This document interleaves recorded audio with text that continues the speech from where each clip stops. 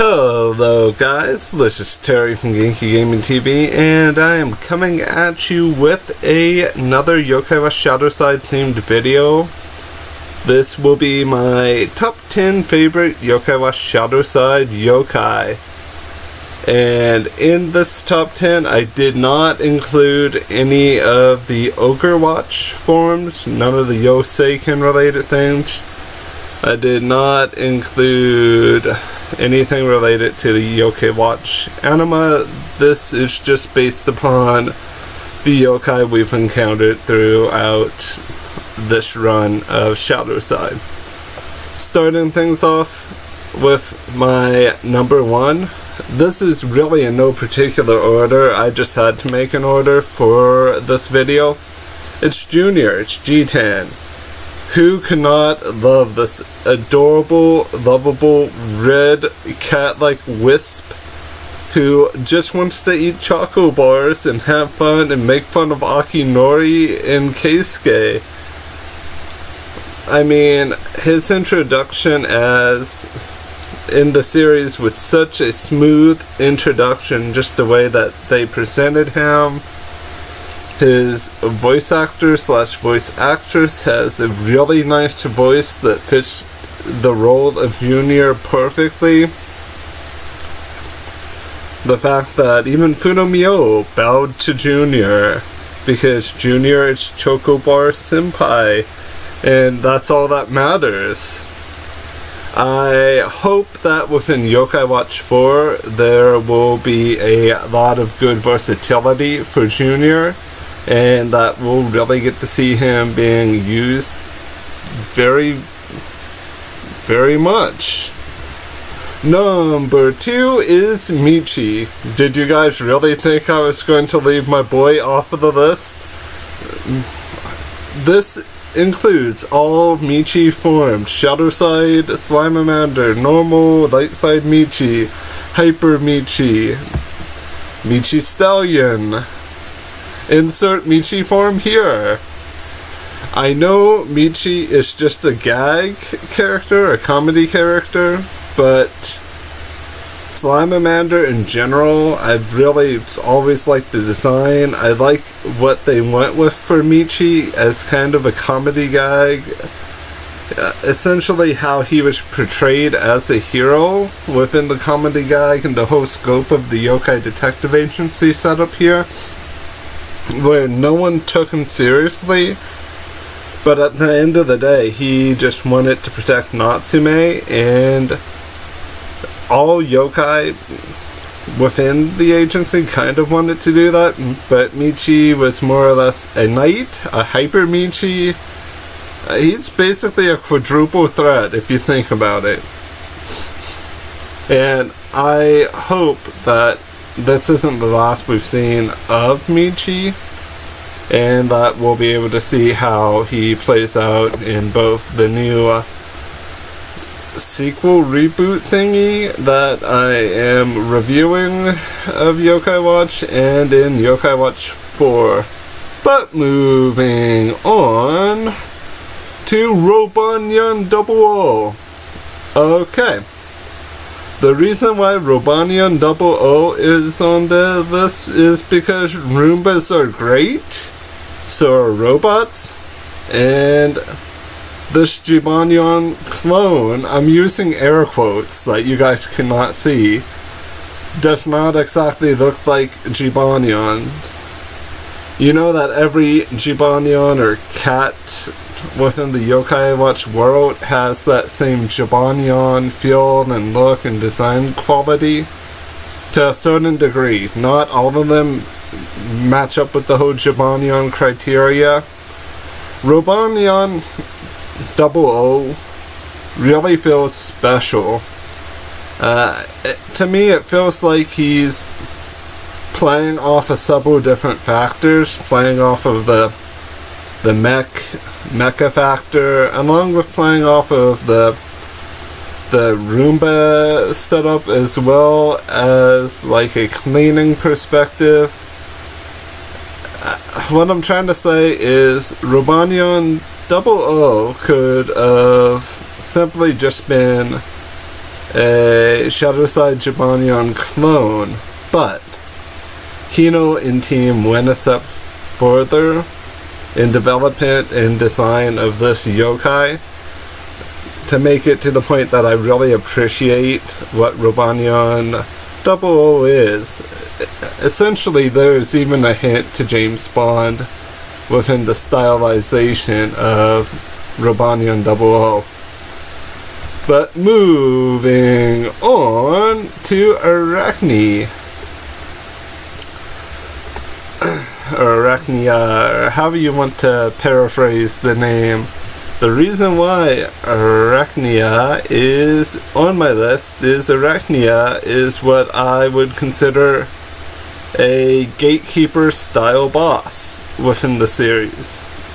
And what a gatekeeper style boss is designed to be is a strong, like a mid-tier to high mid-tier range box, stylized in a way to present and put over our heroes, and in a way just show the world that there are more dynamic and more fierce opponents to come. Basically, you know, whenever you get to the midpoint of playing a game and you reach that boss that you get stuck on and you have to repeat the fight over and over a couple times until you're strong enough to persevere to get through it.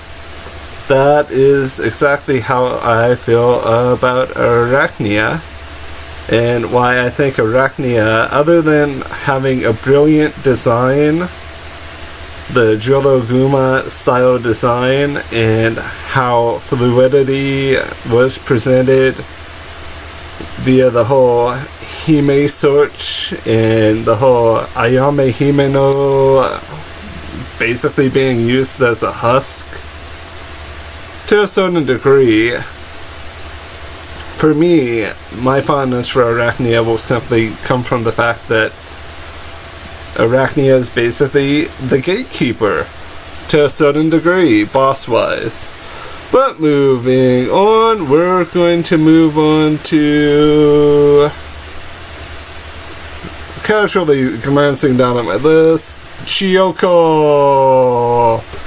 Yes, I am a sucker for like romantic Valentine's Day stuff to a certain degree, even though I'm not dating anyone.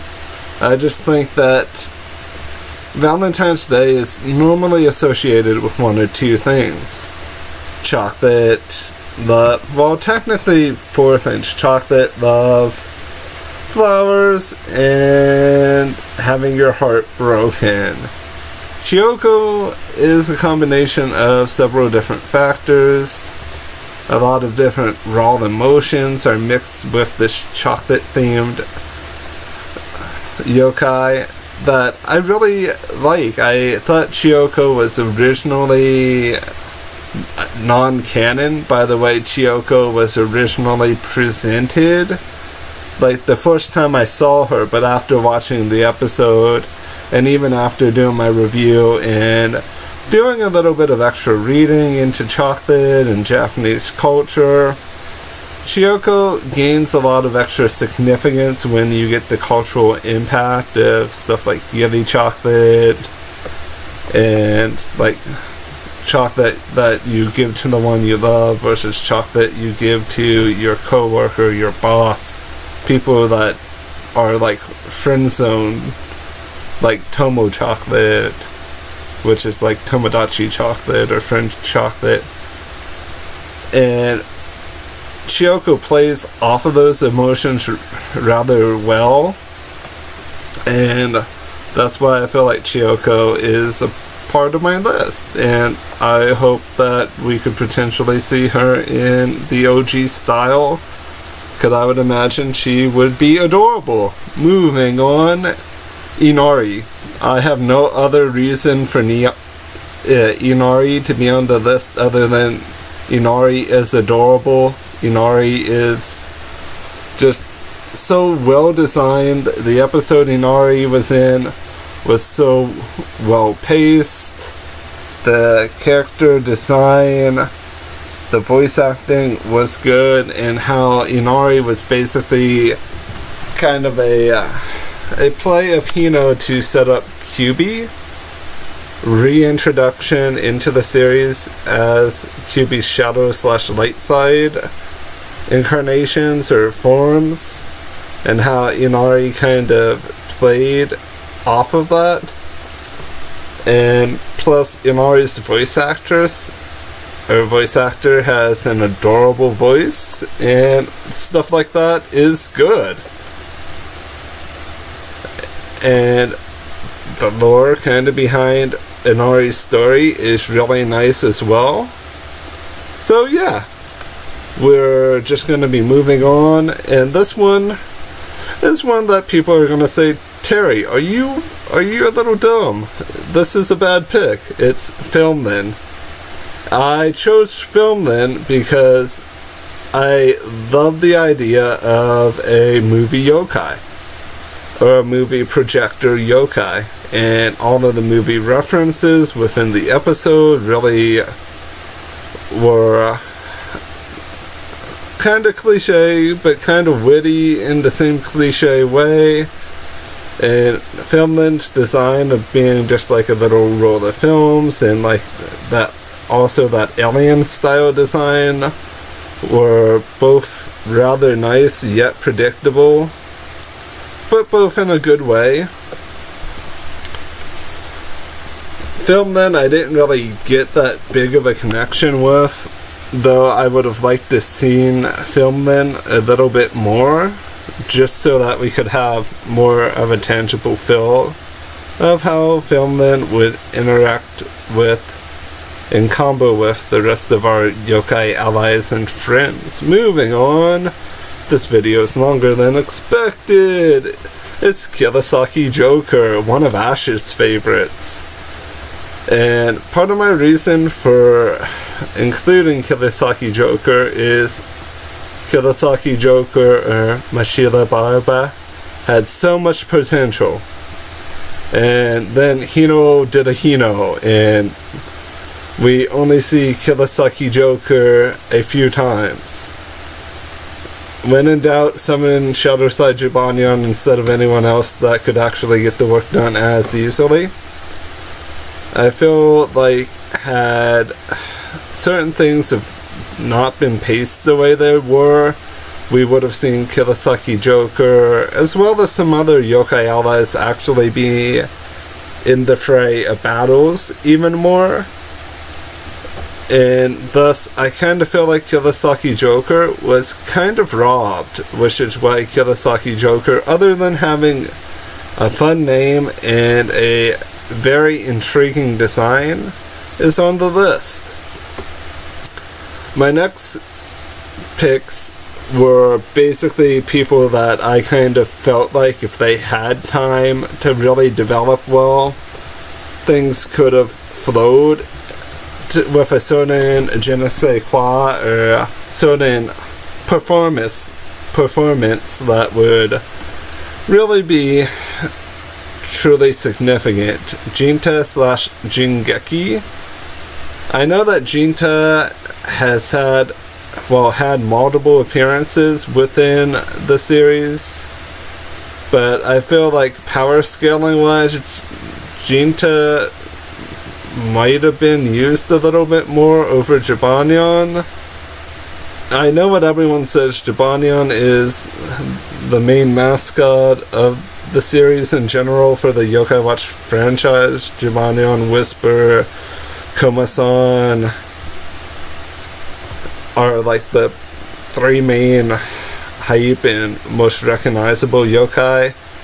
I don't think Jinta/Jingeki was mascot material, but I felt more inclined than not to believe that Jinta/Jingeki could have been used in a couple different situations instead of relying on Touma in the Ogre Watch, because the episode flow for a lot of episodes were either summon ShadowSide Robonyan, or like call out ShadowSide Robonyan to get work accomplished, or let Fudomio, Suzaku, Genbu, Byakyo, or Ashura, or even, well, any of the Overwatch yokai to do the job. Because, as we know, our boy Touma is a show stealer. And I just feel like a couple of the encounters, Jingeki could have probably played a more significant role. And I don't even think I remember seeing any true significant build-up for Jingeki as a yokai other than Jinta/Jingeki's episode, and then the couple times Jinta/Jingeki was seen prior to that, or within the scope of the series. I'm not saying Jinta/Jingeki was just used poorly. I'm saying that ShadowSide Robonyan and Touma's Overwatch were kind of used to the point that other yokai just didn't have the opportunity to have their 30 extra seconds of hype.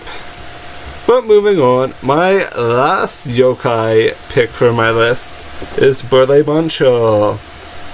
I love Poncho's design. I feel like the bond that Poncho and Keisuke have is a great bond. It's kind of like Battle Bond Greninja level of a bond to a certain degree. And I feel like Keisuke and Poncho need their own ShadowSide spin-off where they do stuff, because the episodes that Poncho was actually able to really get much work done in, or really just be around for fewer than what I was initially expecting after the introduction of Poncho.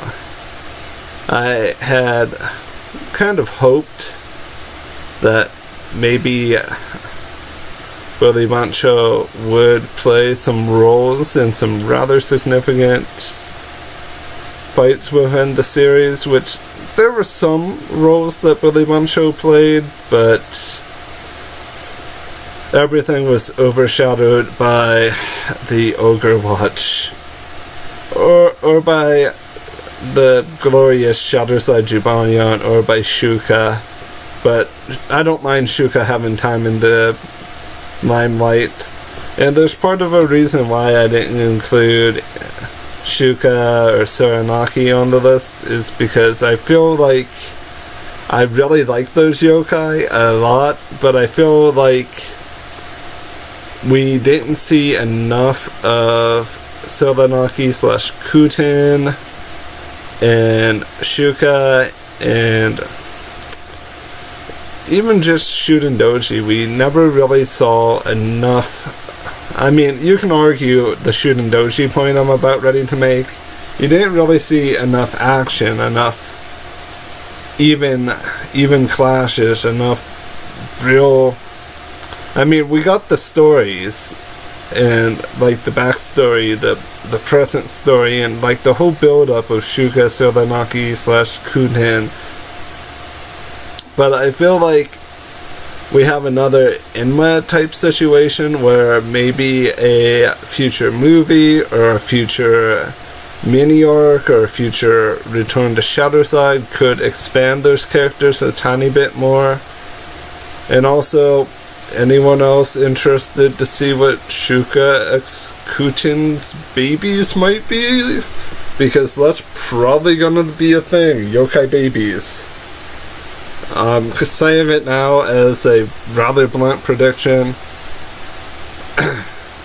But yeah, that's kind of my list, and kind of the reason why certain things were excluded.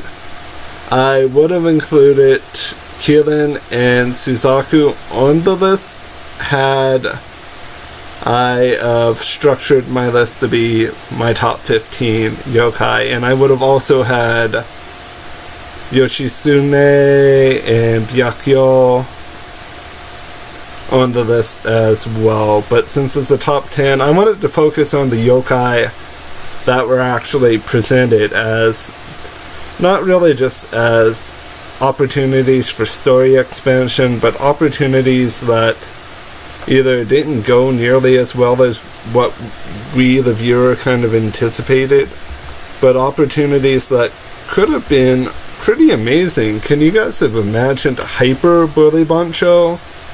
Or a power infused? Or some sort of hyper mode? Or some sort of crazy powered up Bully Poncho? Or Robo Poncho? I mean, or Filmland actually being relevant to multiple plots? And Kurosaki Joker being used over ShadowSide Robonyan and other opportunities and other battles and fights within the series. I guess what I'm trying to get to the point of is these are strictly just my favorites.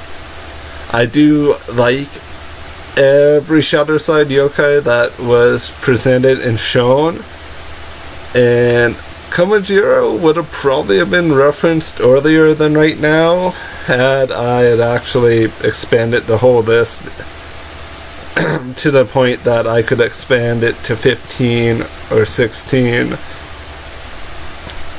And that's really been it. Everything was designed yokai-wise very fluidly, with the exception of a couple of situations where it was the plot being raced along a little bit too fast that kind of caused a little bit of a regression of originality from Natsume's summoning choices. But that's been it for my favorites list. I'm sorry if this video is too long. It's just more or less something special I wanted to do.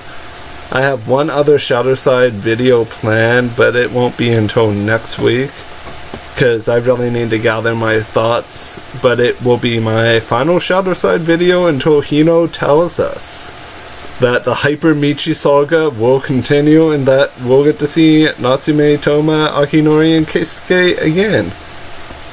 But this is it for me for today. I hope you all have a wonderful morning, afternoon, and or evening. Bye bye for now.